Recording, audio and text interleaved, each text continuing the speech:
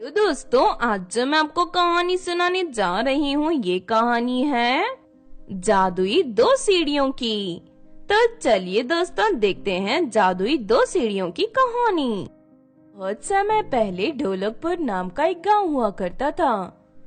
उस गांव के पास एक जादुई जंगल था। उस जंगल में जाने वाला कभी लौटकर वापस नहीं आता था। इस डर से कोई भी गांव वाला उस जंगल में जाने की हिम्मत नहीं करता था।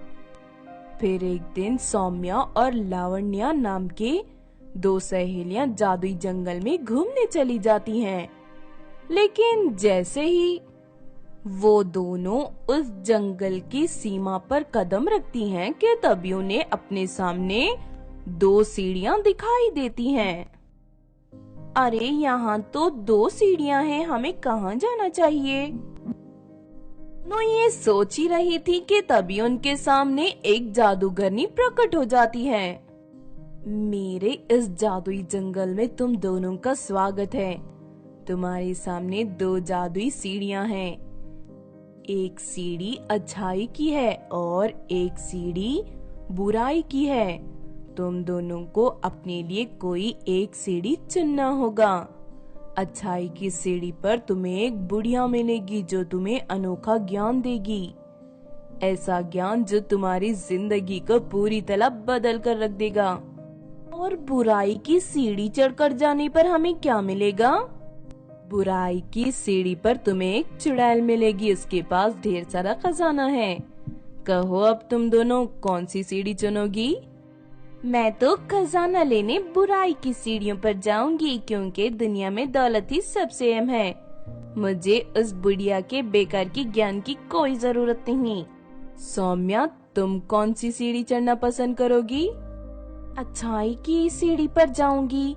मेरी माँ ने मुझे बचपन से ही सिखाया है कि दुनिया में ज्ञान से बड़ी कोई चीज नहीं।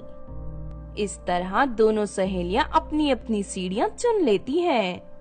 सौम्या अच्छाई की सीढ़ी पर चढ़ना शुरू करती है। थोड़ी दूर चढ़ने के बाद उसे एक बीमार बुढ़िया मिलती है। वो बुढ़िया सौम्या से अपने घर का काम कराने के लिए कहती है। सौम्या खुशी खुशी उस बुढ़िया की मदद करने लगती है। उसके बाद सौम्या से खुश होकर वो बुढ़िया उसे ढेर सारा ज्ञान की बातें बताने लगती है। दूसरी तरफ लावण्या बुराई के सीढ़ी पर चलते हुए एक चुड़ैल के पास पहुंच जाती है। वो चुड़ैल एक पैर से लंगड़ी थी और साथ ही उसकी एक आंख फूटी हुई थी। जानती हूँ तुम यहाँ खजाना लेने आई हो। देखो, इस जमीन के नीचे ढेर सारा खजाना दफन है। तुम यहाँ खुदाई करके जितना चाहे उतना खजाना ले सकती हो। उससे पहले तुम्हें इस एग्रीमेंट पर साइन करना होगा। लावण्या के मन में खजाना हासिल करने का भूत सवार था, इसीलिए वो बिना पढ़े उस कागज पर साइन करके जमीन में खुदाई करना शुरू करती है। लेकिन काफी देर खुदाई करने के बाद भी उसे कुछ नहीं मिलता। अरे, खुदाई करते करते तो मेरी हालत खराब हो गई, लेकिन अभी तक मुझे खजाना नहीं मिला। सुनते ही चुड़ैल हंसने लगती है। मैंने तुमसे झूठ बोला था, यहाँ कोई खजाना नहीं है। चलो, एग्रीमेंट के मुताबिक मुझे अपनी एक आंख और एक पैर दे दो।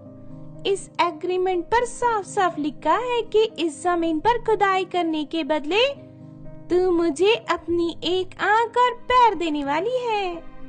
नहीं, मैंने तो एग्रीमेंट पढ़ा ही नहीं, लेकिन तुम्हें इस एग्रीमेंट के बारे में मुझे सब कुछ पहले ही बता देना चाहिए था। खजाने के लालच के चक्कर में तुमने मेरे साथ धोखा किया है। हाँ, क्योंकि मैं एक धोखेबाज चुड़ैल हूँ, लेकिन ये सब तेरी लालच की वजह से हुआ है। तुझे एग्रीमेंट पहले ही पढ़ लेना चाहिए था। लगता है तू भूल गई कि तू बुराई की सीढ़ी पर चढ़कर इस दुनिया में आई है। यहाँ तुझे धोखे के सिवा और कुछ नहीं मिलेगा। ना कहकर चुड़ैल लावण्या का एक पैर काटकर अपने पैर में लगा लेती है और उसके बाद उसकी एक आंख निकालकर उसकी अपनी फूटी हुई आंख की जगह लगा लेती है। तुझे बुराई की सीढ़ी पर चढ़ने का सबक मिल चुका है, अब तू यहाँ से चली जा।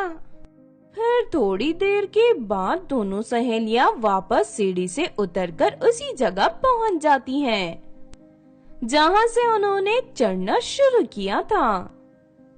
सौम्या पहले से कहीं ज्यादा खूबसूरत दिख रही थी और उसके चेहरे पर एक अजीब सा तेज था।